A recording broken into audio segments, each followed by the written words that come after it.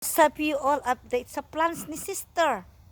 O ang kusasu or string beans. Did you see how long they are, guys? Maybe 10 inches long itong kusasu ni sister o string beans. Tapos meron pa rin mga kalabasa or squash. Yan, wala ng chance. Mga squash ni Mother Earth na malakit ko noon, hindi na umabot. Pero update ko kayo sa corn. Ang corn niya, guys, ni Mother Earth. Iba talaga ang alagaan ng mother. Ito, katangkad, guys. Mga 15 feet siguro yan. Tapos itong isa, guys, kung susundan nyo, all the way, so ang bunga niya. 1, 2, 3, 4, 4. Pwede pala mamunga ang isa. Isang ano niya ng 4. Normally hanggang 2 lang or isa.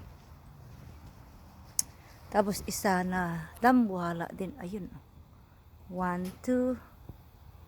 So, hanggang 2 lang itong isa. Yung isa ang 4. Grabe. Then ito rin. Yan, kung napapansin nyo, normally 1, 2. In stem, 2 ang bunga niya, guys. Diba?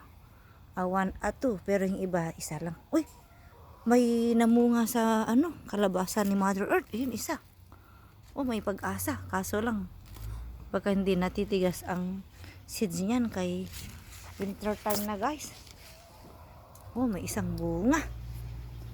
Namunga pala siya, guys. Tapos ang ampalaya siya, guys. Namumunga pa. Yan siya. Kung sana summer pa, pwede pa. Ito yung kusasu or string beans, guys. Diba? Yan siya, guys. Ayan. Makigulay na ako kasi wala akong gaanong kay sister. Ayan.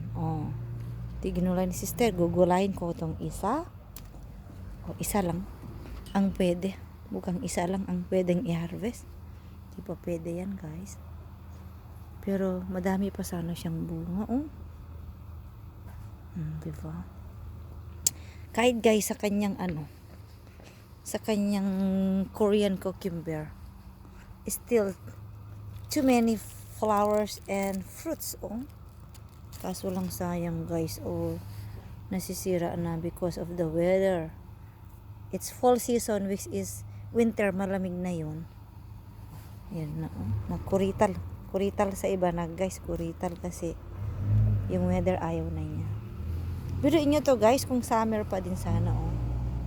Nasisira lang, guys. So 1, 2, sira na. 3, and then 4, then 5, 6, 7, 8. It's like, oh my gosh, 12 or 15 you can see in one vine. Tapos yung sesame and tomato, guys, dami ng hinog na tomato. Ito naman ang mustard. Kasi buhay sila sa taglamig. Pero ayan yung tinanim ko, guys, noon na sweet potato. Madami. Cherry bells pa. Pero in few days, lanta na yan dahil sa ice. Mag-ice na kasi dito, guys. Diba? So, kung nakikita nyo yung magtatalbos ako, guys, tatalbosan natin ang kalabasa ni Mother Earth. Kasi masarap to, guys, sa sabaw. Or dinindeng. Ayan. Ayan. Ito, masarap siya. Lagi. Ayan. Paghaluin na ang Kasi, pag di mo to, guys, to ginulay, wala na siya. Di na pwede. Winter na. Para naman may gulay tayo. Ayan. Bayan lahat ng mais, guys. You do this one. You get all this because these are edible, guys. There's some fruits but it's winter na. I saw one more. Mother, yung kalabasa mo may bunga. Pero hindi na yan mamumuo, guys, kasi paglamig na. Sayang naman, mother.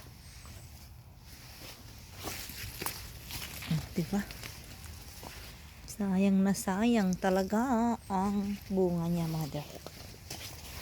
Diba, mother? Mother Earth. Sayang, oh, may mga bulaklak pa naman sana. Kaso lang, gugulayin na lang natin yung talbos niya, guys. Para may pang zinendeng tayo. Sa may ibang talbos, mother. Ako naman ang maggugulay ng talbos. Wala sa inyo. Ito pa siya, guys. Oh, oh, diba ganyan? Ito. Wala na yan. Akin ito. Diba? Yun, one more. Ganyan siya, guys. Healthy yan, guys. Sarap sa sabaw. Diba? Okay. Thank you, everyone. Saka yung chili peppers or yan, oh. Dami pa niyang bunga, guys. Kung nakikita nyo. Diba? Thank you, everyone. Subscribe and abangan ng aking YouTube channel, everyone. Outdoor Life 81 po.